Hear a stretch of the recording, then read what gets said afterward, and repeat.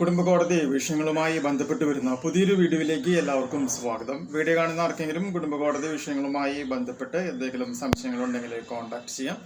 WhatsApp number +91 79 94 97 14 19. ഒരു വട്ടം വിളിക്കുന്നതിനുള്ള consultation fees 500 രൂപ ഗൂഗിൾ പേ ചെയ്യുക. ഇന്നത്തെ വീഡിയോയിൽ നമ്മൾ ഡിസ്കസ് ചെയ്യുന്നത് കഴിഞ്ഞ ദിവസം അപ്ലോഡ് ചെയ്ത വീഡിയോയുടെ മൂന്നാമത്തെ പാർട്ടാണ് അല്ലേ. കഴിഞ്ഞ വീഡിയോയിൽ നമ്മൾ കൃത്യമായി പറഞ്ഞിട്ടുണ്ടായിരുന്നു, ഈ ഭർത്താവിൻ്റെ വീട്ടിൽ നിന്നും പോയിട്ടുള്ള സ്ത്രീ ഭർത്താവിന് എതിരെയായിട്ട് ചെലവിന് കിട്ടണം എന്ന് പറഞ്ഞുകൊണ്ട് ഒരു കേസ് ഫയൽ ചെയ്തു എന്നും അതിൽ പറഞ്ഞിട്ടുള്ള പ്രധാനപ്പെട്ട പോയിന്റുകൾ എന്തൊക്കെയാണ് എന്നുള്ളതുമാണ് നമ്മൾ ഡിസ്കസ് ചെയ്തിട്ടുള്ളത്. അതിൻ്റെ കാണാത്തവരുണ്ടെങ്കിൽ ലിങ്ക് ഞാൻ താഴെ ഡിസ്ക്രിപ്ഷൻ ബോക്സിൽ കൊടുക്കാം, കണ്ടു നോക്കാം. ഓട്ടോമാറ്റിക്കായിട്ടും ഈ ഒരു കേസ് വന്നു കഴിഞ്ഞപ്പോൾ ഇനി നമ്മൾ എന്താ ചെയ്യേണ്ടത്? ഇതിനൊരു പരിഹാരം കാണണമല്ലേ. സ്വാഭാവികമായിട്ട് നമ്മൾ എന്താണ് ചെയ്യുന്നത്? പരിഹാരം കാണണം എന്നുണ്ടെങ്കിൽ നമുക്ക് ഏറ്റവും പരിചയമുള്ള, നമുക്ക് ഏറ്റവും അടുത്ത ഏതെങ്കിലും ഒരു അഡ്വക്കേറ്റിൻ്റെ അടുത്തേക്ക് പോവുക എന്നുള്ളത് തന്നെയാണ് നമുക്ക് ചെയ്യാൻ പറ്റാവുന്ന ഒരു കാര്യം എന്ന് പറയുന്നത്.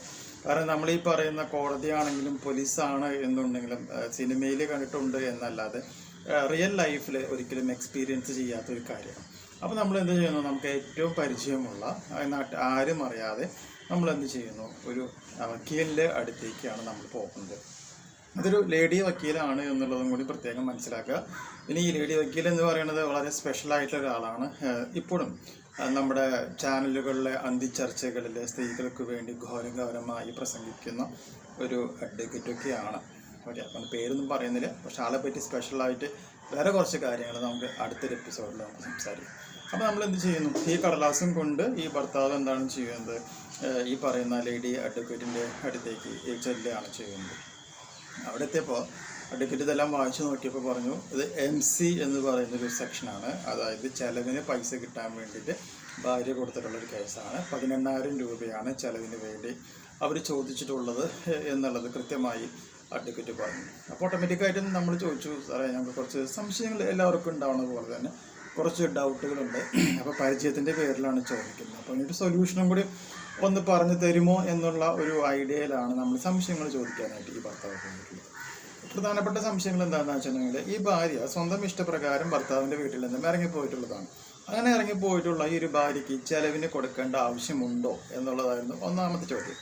ഇനി ഈ കേസ് അറിഞ്ഞപ്പോൾ മുതലുള്ള ഇവരുടെ ബന്ധുക്കളും കൂട്ടുകാരും പറഞ്ഞ പോയിന്റ് എന്താണെന്ന് വെച്ചിട്ടുണ്ടെങ്കിൽ, ഈ കുട്ടീനെ, ഇവർക്ക് ഉണ്ടായിട്ടുള്ള മൈനർ കുട്ടീനെ ഈ ഭർത്താവിന് കിട്ടണമെന്നുണ്ടെങ്കിൽ 18 വയസ്സ് കഴിയാണ്ട് ഈ കുട്ടീനെ നിങ്ങൾക്ക് ഒരിക്കലും കാണാനായിട്ട് നമ്മുടെ നിയമം അനുവദിക്കില്ല എന്നുള്ള ഒരു കാര്യമാണ് പറഞ്ഞിട്ടുള്ളത്. പിന്നെ പറഞ്ഞ പോയിന്റ്, ഈ ഭാര്യ എന്ന് പറയുന്നത് കോടതിയിൽ എന്ത് നുണകൾ എഴുതി വെച്ചാലും, തെളിവുകളില്ലാതെ എന്ത് നുണ എഴുതി വെച്ചാലും കോടതി അതൊക്കെ സത്യമാണ് എന്ന് വിചാരിച്ച് ഭാര്യയ്ക്ക് അനുകൂലമായിട്ടുള്ള മറുപടികളായിരിക്കും കൊടുക്കുവാനായിട്ട് ചാൻസ് ഉള്ളത്. പിന്നെ ഭർത്താവിന് എതിരെ ഭാര്യയുടെ സ്വർണം മോഷ്ടിച്ചു എന്ന് പറഞ്ഞുകൊണ്ട് ഒരു കേസ് പോലീസ് സ്റ്റേഷനിൽ കൊടുക്കുകയാണ് എന്നുണ്ടെങ്കിൽ കേരള പോലീസ് ഈ ഭർത്താവിനെയും ഭർത്താവിൻ്റെ വീട്ടുകാരെയും ഇടിച്ച് ഇഞ്ച പരിവമാക്കുമെന്നും ജാമ്യം കിട്ടാത്തൊരു വകുപ്പാണ് എന്നും ഭർത്താവിൻ്റെ ജോലി നഷ്ടപ്പെട്ടു പോകുമെന്നുള്ളതും പറഞ്ഞു. കൂടാതെ ഭർത്താവിൻ്റെ അച്ഛനും അമ്മയും കഷ്ടപ്പെട്ട് ഉണ്ടാക്കിയിട്ടുള്ള അവരുടെ വീട് ഈ സ്വർണം കട്ടു എന്നുള്ള പേരിൽ കൊണ്ട് ഭാര്യയ്ക്ക് അറ്റാച്ച് ചെയ്ത് എടുക്കുവാനായിട്ടുള്ള ഒരു ഓപ്ഷൻ ഇവിടെ അവൈലബിൾ ആണ് എന്നുള്ളൊരു പോയിന്റ്. അതുപോലെ തന്നെ ഈ ഈ ഭാര്യയുടെ അമ്മാവൻ ഇടുക്കി ജില്ലയിലെ ഒരു സാമുദായിക പ്രമാണി ആയതുകൊണ്ട് തന്നെ അദ്ദേഹം വിചാരിക്കുകയാണ് എന്നുണ്ടെങ്കിൽ ഇവരെ മൊത്തത്തിൽ പിന്നീട് ഒരിക്കലും ജീവിതം എന്ന് പറയുന്നത് കംപ്ലീറ്റ് ആയിട്ടും ജയിലിൽ ആക്കുന്ന രീതിയിലേക്ക് മാറ്റുവാനായിട്ട് പോലീസുകാർ സഹായിച്ചു കൊടുക്കും എന്നുള്ളൊരു പോയിന്റ്. പിന്നെ ഈ ഭാര്യയ്ക്ക് സ്വന്തമായി വീടില്ല എന്നുള്ളൊരു കാര്യം പറഞ്ഞപ്പോൾ, അങ്ങനെ ഭാര്യയ്ക്ക്, അതായത് ഈ ഭാര്യയുടെ അച്ഛനും അമ്മയ്ക്കും സ്വന്തമായി വീടില്ല എന്നുള്ളൊരു കാര്യമുണ്ട്. അങ്ങനെയാണെങ്കിൽ പോലും ഈ ഭാര്യയ്ക്ക് സ്വന്തമായി വീടും പറമ്പും വെച്ച് കൊടുക്കേണ്ട ഉത്തരവാദിത്തം ഭർത്താവിനാണ്. ഭാര്യ എത്ര രൂപയാണോ ചെലവിന് വേണ്ടത് ആ രൂപ നമ്മൾ കൊടുക്കണം. പിന്നെ ഭർത്താവിനെതിരെ ഗാർഹിക പീഡനം 498A ആ കേസ്, ഈ കേസ് എന്നൊക്കെ പറഞ്ഞുകൊണ്ട് എത്ര കേസുകൾ വേണമെങ്കിലും ഫയൽ ചെയ്യുവാനായിട്ട് സാധിക്കുമെന്നൊക്കെ നാട്ടുകാർ പറഞ്ഞു. ഇതൊക്കെയും സത്യമാണോ എന്നാണ് ഈ പയ്യൻ, ഈ പറയുന്ന ലേഡി അഡ്വക്കേറ്റ് ചോദിച്ചത്. അഡ്വക്കേറ്റ് പറഞ്ഞു എല്ലാ കാര്യങ്ങളും സത്യം, പെണ്ണ് പറയുന്നതാണ് കോടതി. പെണ്ണ് പറയുന്ന എന്ത് പറഞ്ഞാലും കോടതി അതുപോലെ തന്നെയാണ് വിശ്വസിക്കുക. വീടും പറമ്പും പോവും, ജോലി പോവും, അറസ്റ്റ് ചെയ്യാനുള്ള ചാൻസ് ഉണ്ട്, ജാമ്യം കിട്ടില്ല, ജീവിതകാലം മുഴുവനും നിങ്ങളുടെ കോടതിയിൽ കയറി ഇറങ്ങേണ്ടതായിട്ട് വരും, ജയിൽ ശിക്ഷ, ജീവപര്യന്തം പോലത്തുള്ള ജയിൽ ശിക്ഷ അനുഭവിക്കേണ്ടതായിട്ട് വരും. ഇതൊക്കെ ഇങ്ങനെ ചറപറാന്ന് ഇങ്ങനെ പറഞ്ഞുകൊണ്ടിരിക്കുക. ഇതെല്ലാം കേട്ട് കഴിഞ്ഞപ്പോൾ തൊട്ടടുത്തിരിക്കുന്നുണ്ടായിരുന്ന ഈ പയ്യൻ്റെ അമ്മ ബോധം കെട്ട് വീണു.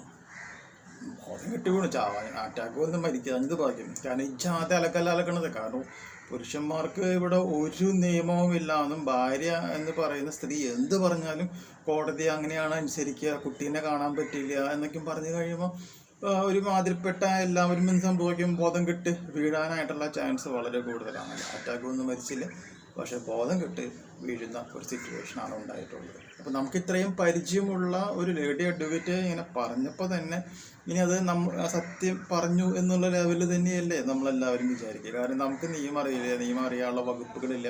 നമ്മൾ പഠിച്ചുകൊണ്ടിരിക്കുന്ന കാലഘട്ടത്തിലൊന്നും തന്നെ നിയമത്തെ പറ്റി നമുക്ക് അറിയാനായിട്ട് യാതൊരു വിധത്തിലുള്ള വകുപ്പും ഇല്ലാത്ത ഒരു സാഹചര്യമാണ് ഉള്ളത് അല്ലേ. നമുക്ക് പെട്ടെന്ന് ആക്സസ് ചെയ്യാൻ പറ്റാവുന്ന ഒരു സബ്ജക്റ്റ് അല്ല ഈ നിയമം, ലോ എന്നൊക്കെ പറയുന്നത്. സ്വാഭാവികമായിട്ട് പേടിച്ചു പോകും. സോ ഇവരെന്ത് ചെയ്യുന്നു, വേറെ ഈ പറഞ്ഞതൊക്കെ സത്യമാണോ എന്ന് അറിയാൻ വേണ്ടി അടുത്ത ദിവസം വേറൊരു ലേഡി അഡ്വക്കേറ്റിനെ പോയിട്ടുണ്ട്. അവരും ഇത് തന്നെയാണ് പറയുന്നത്, എല്ലാ നിയമങ്ങളും പെണ്ണുങ്ങൾക്ക് അനുകൂലമാണ്, ഈ സമൂഹം മുഴുവനും പെണ്ണുങ്ങൾക്ക് അനുകൂലമാണ്, പുരുഷന്മാർക്ക് ഒരു വിധത്തിലുള്ള കാര്യങ്ങളുമില്ല എന്നുള്ള ലെവലിലേക്കാണ് പറഞ്ഞിട്ടുള്ളത്, വെച്ച് പിടിപ്പിച്ചിട്ടുള്ളത്. ഓക്കെ, അങ്ങനെ ഒരു 2, 3, 4 അഡ്വക്കേറ്റുമാരെ പോയി കണ്ടപ്പോഴും സെയിം ശ്ലോകം തന്നെയാണ് പറഞ്ഞുകൊണ്ടിരിക്കുന്നത്. അപ്പോൾ എന്ത് ചെയ്യാം, പെട്ടുപോയി. പക്ഷേ ഇതൊക്കെ സത്യം തന്നെയാണോ എന്നുള്ളത് ഈ വീഡിയോ കണ്ടുകൊണ്ടിരിക്കുന്ന നിങ്ങൾക്കും ഇതേ സിറ്റുവേഷൻ തന്നെയായിരിക്കും ഫേസ് ചെയ്തിട്ടുണ്ടാവുക അല്ലേ. സോ അങ്ങനെയുള്ളൊരു സാഹചര്യത്തിൽ ഇതിന് എന്തെങ്കിലും ഒരു സൊല്യൂഷൻ കണ്ടെത്തേണ്ട ഒരു ആവശ്യമുണ്ടല്ലോ. അപ്പോൾ ഈ പുള്ളിക്കാരൻ വെറുതെ എങ്കിലും ആലോചിച്ച് നോക്കി, ഇതിന് എന്തെങ്കിലും ഒരു പരിഹാരം ഉണ്ടോ എന്നുള്ളത് ആലോചിച്ചു. ചോദിക്കുന്നവരൊക്കെയും നോ നോ നോ എന്ന് തന്നെയാണ് പറഞ്ഞുകൊണ്ടിരിക്കുന്നത്. അപ്പോൾ ജീവിതം എന്ന് പറയുന്നത് വഴിമുട്ടി നിൽക്കുന്നൊരവസ്ഥ, സ്വന്തം കുട്ടികളെ കാണാൻ പറ്റാത്ത അവസ്ഥ, സ്വന്തം അച്ഛനും അമ്മയും കഷ്ടപ്പെട്ടുണ്ടാക്കിയിട്ടുള്ള സ്വത്തുക്കൾ മുഴുവനും പോകുന്നൊരവസ്ഥ.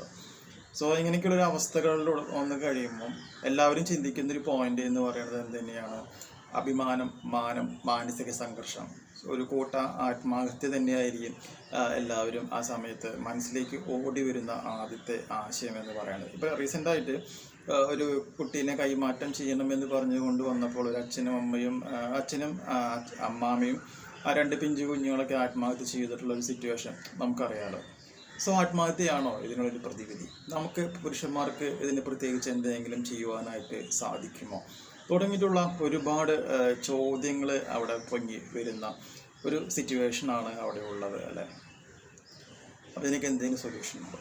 കൃത്യമായി ഈ പറയുന്ന കള്ള കേസ് കൊടുക്കുന്ന ആൾക്കാരെ ഒതുക്കുവാനും പുരുഷന്മാരെ സഹായിക്കുവാനുമായിട്ടുള്ള ഒരുപാട് നിയമങ്ങൾ അതുപോലെ തന്നെ കാര്യങ്ങളും നമ്മുടെ ഇന്ത്യൻ നിയമത്തിൽ തന്നെയുണ്ട്.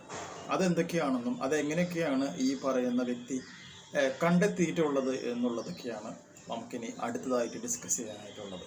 അപ്പോൾ ഈ പറഞ്ഞ സിറ്റുവേഷനിൽ പെട്ടു നിൽക്കുന്ന ഭർത്താക്കന്മാരുടെ ചേച്ചിമാരോ അനിയത്തിമാരോ ആരെങ്കിലും ഈ വീഡിയോ കാണുന്നുണ്ട് എന്നുണ്ടെങ്കിൽ ഇതേ സിറ്റുവേഷനിൽ നിൽക്കുന്ന മറ്റുള്ളവർക്കും കൂടി ഈ കാര്യങ്ങളൊക്കെ ഒന്ന് ഷെയർ ചെയ്ത് കൊടുക്കുകയാണ് എന്നുണ്ടെങ്കിൽ ഒരുമാതിരിപ്പെട്ട ആൾക്കാരെ മുഴുവനും നമുക്ക് സഹായിക്കാനായിട്ട് സാധിക്കും.